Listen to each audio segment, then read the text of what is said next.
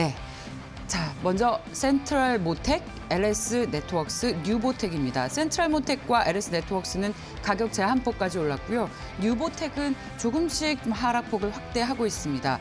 자, 센트럴 모텍은 이제 FA님께 직접 듣도록 하고, LS 네트워크스는 LS 전선이 제주에서 해저 케이블 사업을 가장 큰 규모로 추진했다는 소식이 호재가 된 것 같습니다. 그리고 뉴보텍은 물산업 진출 기대 때문에 그동안 이 바이든 정권이 이제 당선이 된다라는 얘기로 많이 올랐다가 오늘 하락을 하는 이유를 좀 찾아봐야겠는데 보셨습니까? 뭐 오늘 하락하고 있는 종목부터 본다면 뉴보텍은 왜 떨어지고 있는 건가요? 글쎄요, 제가 조금 오늘 급하게 오다 보니까 조금 살펴보지는 못했었는데요. 사실 지금 이제 어느 정도 급락을 하는 종목들 같은 경우에는 조금 네. 실적주로 전환을 하다 보니까 빠지는 경우가 있습니다. 그러니까 어떻게 보면은 그전에 밸류에이션에 대한 부담감들이 사실은 테마 때문에 엮여서 올라갔다. 그런 경우에 지금 매도 물량들이 급하게 나오는 경우가 굉장히 많고요. 뉴보텍뿐만 아니라 아마 비단 최근에 하락폭이 굉장히 지난 2주간의 하락폭이 10%가 넘는 종목들 특징들이 테마 꺼지면서 전혀 이슈 없었을 때 그때 네. 빠져나가는 경우가 너무 많습니다. 네, 그러다 네. 보니까 지금은 좀 더 테마보다는 시장에 좀 더 초점을 맞출 필요가 있지 않을까 정도로 말씀드리겠습니다. 그런 의미에서 센트럴 모텍 한번 볼까요?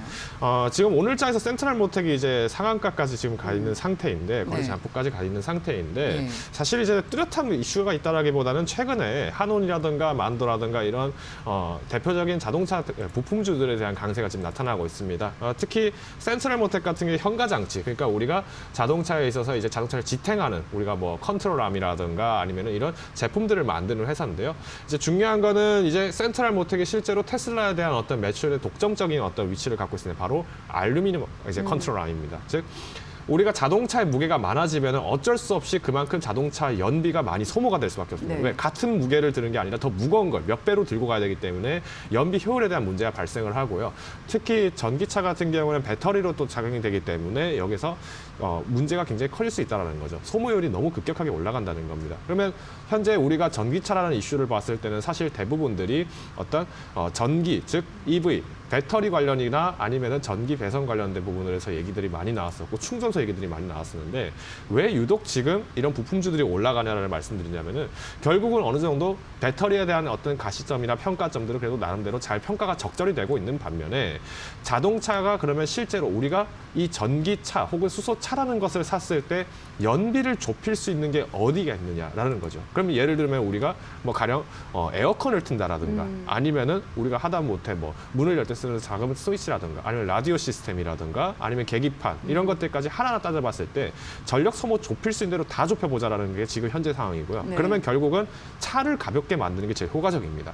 차를 가볍게 만들다 보니까 결국에는 우리가 뭐 한온 시스템도 마찬가지고 만도도 그렇고 이 오늘장에서도 센트럴 모텍 같은 이런 알루미늄 암으로 되어 있는 가벼운 재질이 좋은 차량의 부품들 같은 경우도 급등을 할 수 있었다는 거죠. 다만 조금 우려가 되는 부분들은 지금 센트럴 모텍 같은 경우는 이미 컨트롤 암에 대한 독점 공급에 대한 납품 소식은 선 반영이 될 가능성이 굉장히 높습니다.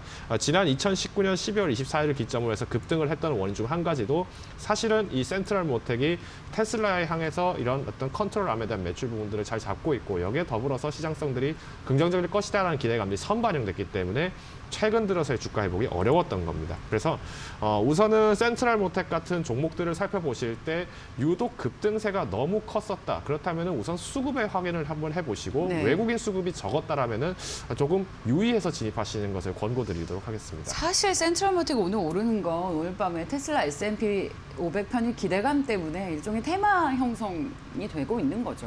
그렇죠. 사실 이제 뭐 S&P 500에 이제 S&P 500에 이제 실제로 테슬라가 편입이 된다는 건 이미 지금 발표가 된 지 오래입니다. 네. 꽤 오래된 이제 사실이고. 오늘 밤에 나오니까. 네, 그 단지 이게 핑계로. 편입이 되는 게 차트 네. 검색하면 테슬라 이제 S&P 지수에 나온다는 그렇죠. 그 네. 이슈 때문에 나오는 거라서 오히려 네네. 이런 시점에서 테마로 엮였다. 그러면은 사실 실적이 나온다 하더라도 조금 주가의 매력이 선반영된 부분이 너무 크기 그렇죠. 때문에 어려울 수 있다는 점을 조금 말씀드리고 싶고요. 그럼 이 종목 투자 등급으로 따지면 저는 5등급을 오늘장만큼은 조금 5등급을 부여를 하겠습니다. 오늘장에서 투자하지 말라는 진입하시는 거죠? 그렇죠. 오늘 상한가에서 좀 급하게 들어가신 분들 위해서 말씀드린다면 조금 시간이 필요합니다. 그래서 오늘장에 들어가셨던 분들 또 이제 급하게 추격하셨던 분들께서는 조금 비중을 덜으실 수 있다면 덜으시는 부분이 좀 있지 않을까 말씀드리고 싶고요.